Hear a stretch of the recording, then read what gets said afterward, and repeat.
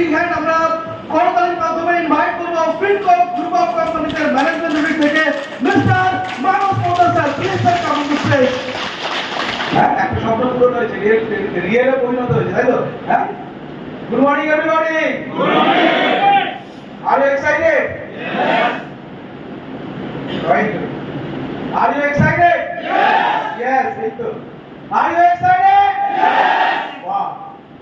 আজকে আমরা প্রোগ্রামে এতটাই এক্সাইটেড থাকবো, এতটাই মোটিভেট থাকবো, এতটাই আমরা আজকে এখান থেকে ভরপুর নেব যে আজকে বাইরের মানুষ যাতে বুঝে যায় যে এখানে একটা কিছু হচ্ছে। ভালোবাসায় আপনাদের আশীর্বাদে এখানে আজকে আমি দাঁড়াতে পেরেছি। থ্যাংক ইউ এই সমস্ত কিছুর জন্য। আজকে আমি আপনাদের কাছে কৃতজ্ঞ এবং সর্বোপরি আজকে আমি যে মানুষ পোদ্দার এবং নিজের আইডেন্টিটি যে আজকে আপনাদের সামনে দাঁড়াতে পারছি তার জন্য যে এত সুন্দর একটা সিস্টেম, যে সিস্টেম আজকে আমাকে মানুষ পোদ্দারে পরিণত করতে পেরেছে, তার জন্য আমি ধন্যবাদ জানাই আমাদের এই সিস্টেমের প্রতিষ্ঠাতা founder none other mister doctor Tapan Majumdar sir. এই যে পয়েন্টগুলো লেখা আছে এগুলো ছাড়া আমরা কেউ কি বেঁচে থাকতে পারবো?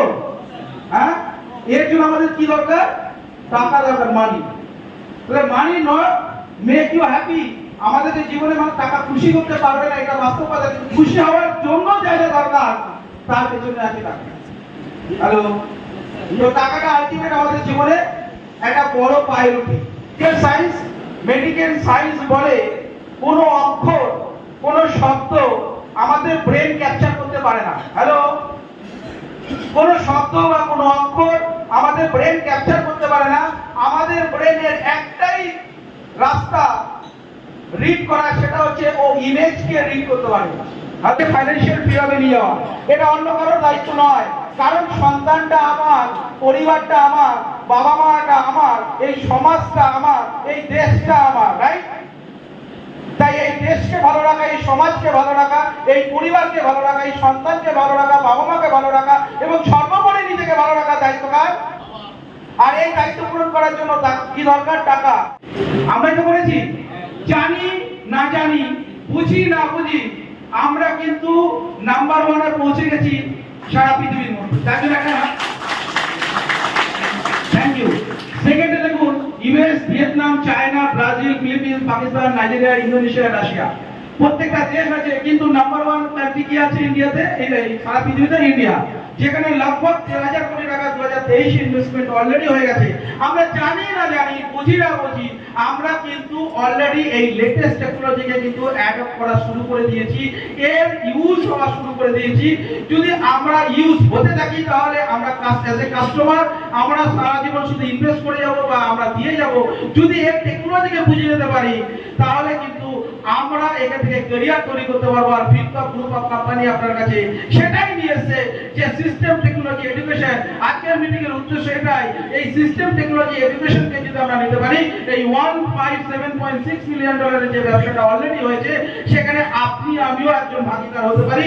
আপনিও আমিও আমি ফাইন্যান্সিয়াল ফ্রিডমের জায়গায় পৌঁছতে পারি।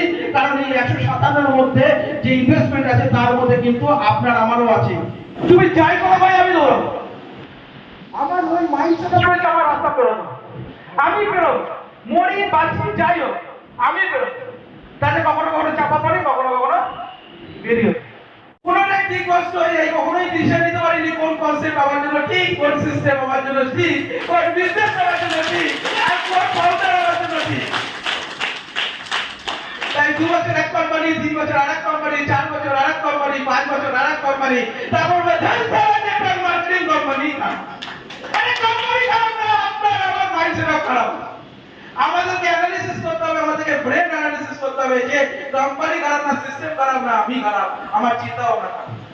যদি আমরা ওই বিড়ালের মতো মাইন্ড সেট করতে পারি যে যা যা বাড়ি যাক, বাট আমাকে পার হতেই হবে, আমাকে যেতেই হবে, হয় মরবো নয় বাঁচবো।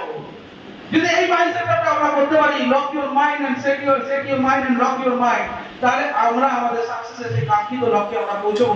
হতে পারে 2 বছর লাগতে পারে, হতে পারে 5 বছর লাগতে পারে। तो ये टेक्नोलॉजी का जमाना है, Web3 और ब्लॉकचेन का जमाना है।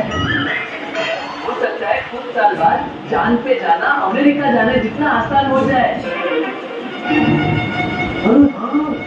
पिताजी भी यही कह रहे थे, जैसे लोग यूएस और लंदन जाते हैं ना, वैसे भी कितनी चांद पे जाने रहेंगे। तो काका अभी तो हम ऐसा सोच नहीं सकते, ऐसा ऐसा हो रहा है। मेटावर्स आ गया है, आप अपनी डिजिटल आइडेंटिटी बना सकते हैं, मतलब अपना खुद का अवतार बना सकते हैं, NFT क्रिएट कर सकते हो। NFT क्या? मतलब नॉन फंजिबल टोकन, ये एक टाइप की डिजिटल प्रॉपर्टी होती है। वो क्रिप्टो करेंसी होता है ना, बस ठीक वैसा।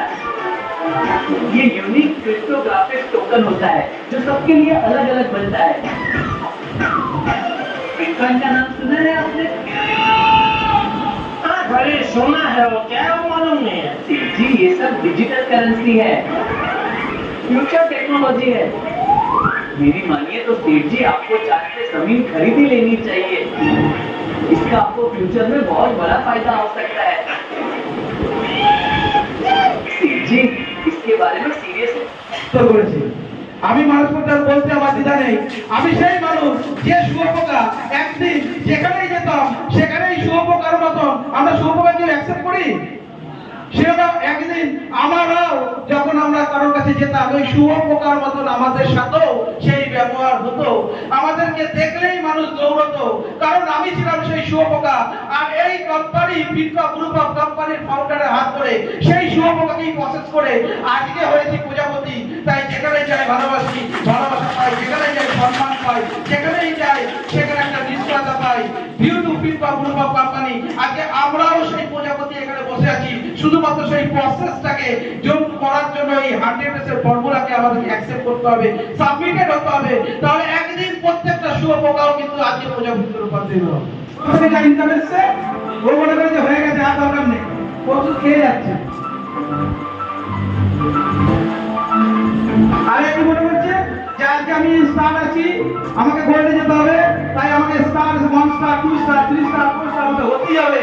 তাই রেগুলার বেরোচ্ছে, ওই 100 রেগুলার মেনটেন করছে, তাই ওর খাবার কোনোদিন শেষ হয়নি, আর এই যে তার মৃতপ্রায় হয়ে গেছে। তো আমাদেরকে যদি সাকসেস হতে হয় তাহলে আমাদেরকে ফলো করতে হবে। আর এরপরে এখনো কিন্তু আমাদের ক্লাইম্যাক্স বাকি। তার আগে আমরা এখন লাঞ্চ করতে যাব।